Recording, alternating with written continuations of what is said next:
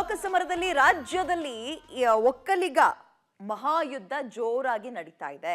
DCM DK Shivakumar ವಿರುದ್ಧ ಮಾಜಿ CM Kumaraswamy ಹಾಗೆ ಮಾಜಿ ಪ್ರಧಾನಿ ಎಚ್.ಡಿ. ದೇವೇಗೌಡರು ಮುಗಿಬಿದ್ದಿದ್ದಾರೆ. ಡಿಕೆ ಶಿವಕುಮಾರ್ ಅಟ್ಯಾಕ್ಗೆ ದಳಪತಿಗಳು ಕೌಂಟರ್ ಅಟ್ಯಾಕ್ ಕೊಡ್ತಾ ಇದ್ದು, ಈ ನಡುವೆ ಡಿಸಿಎಂ ಡಿಕೆ ಶಿವಕುಮಾರ್ ವಿರುದ್ಧ ದೇವೇಗೌಡರು ಕಿಡ್ನಾಪ್ ಆರೋಪ ಮಾಡಿದ್ದಾರೆ. ಒಂದು ಹೆಣ್ಣು ಮಗುವನ್ನ ಕಿಡ್ನಾಪ್ ಮಾಡಿ ಆಸ್ತಿ ಬರೆಸ್ಕೊಂಡಿರೋ ಬಗ್ಗೆ ನನ್ನ ಬಳಿ ದಾಖಲಾತಿ ಇದೆ. ಡಿಕೆ ಶಿವಕುಮಾರ್ ದೌರ್ಜನ್ಯವೇ ಇದಕ್ಕೆ ಸಾಕ್ಷಿ ಅಂತ ನೇರವಾಗಿ ದೊಡ್ಡಗೌಡರು ಅಟ್ಯಾಕ್ ಮಾಡಿದ್ದಾರೆ. ದೇವೇಗೌಡರ ಅಟ್ಯಾಕ್ಗೆ ತಪ್ಪು ಮಾಡಿದ್ರೆ ಶಿಕ್ಷೆ ಅನುಭವಿಸ್ತೀನಿ ಅಂತ ಡಿಕೆ ಶಿವಕುಮಾರ್ ಕೌಂಟರ್ ಕೊಟ್ಟಿದ್ದಾರೆ. ಎರಡೂ ಕುಟುಂಬಗಳ ನಡುವೆ ಇತಿಹಾಸ ಹಾಗೂ ದಾಖಲಾತಿಯ ಸಮರ ಜೋರಾಗಿದ್ದು, ಯಾರ ಬಳಿ ಸತ್ಯದ ದಾಖಲೆ ಇದೆ, ಯಾರ ಬಳಿ ದಾಖಲೆ ಇಲ್ಲ ಅನ್ನುವಂಥದ್ದು ಇನ್ನು ಮುಂದಕ್ಕಷ್ಟೇ ಗೊತ್ತಾಗಬೇಕಿದೆ.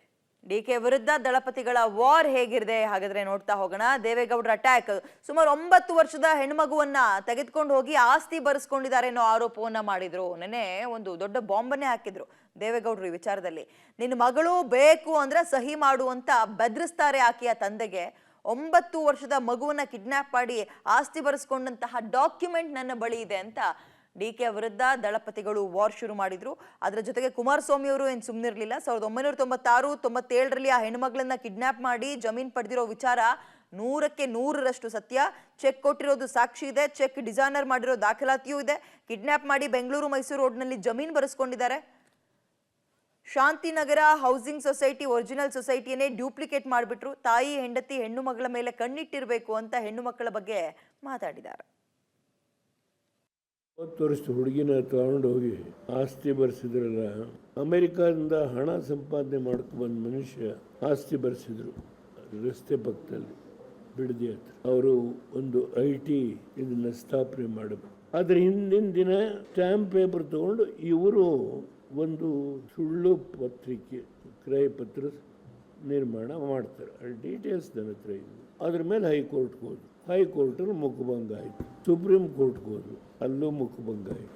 9 ವರ್ಷದ ಮಗು ತಗೊಂಡೋಗಿ ಪಕ್ಕದ ಮನೆಯಲ್ಲಿ ಆ ಮಗುವಿನ ಕಣ್ಣಿಗೆ ಕಟ್ಟಿ 9 ದಿನ ಇಡ್ತಾರೆ.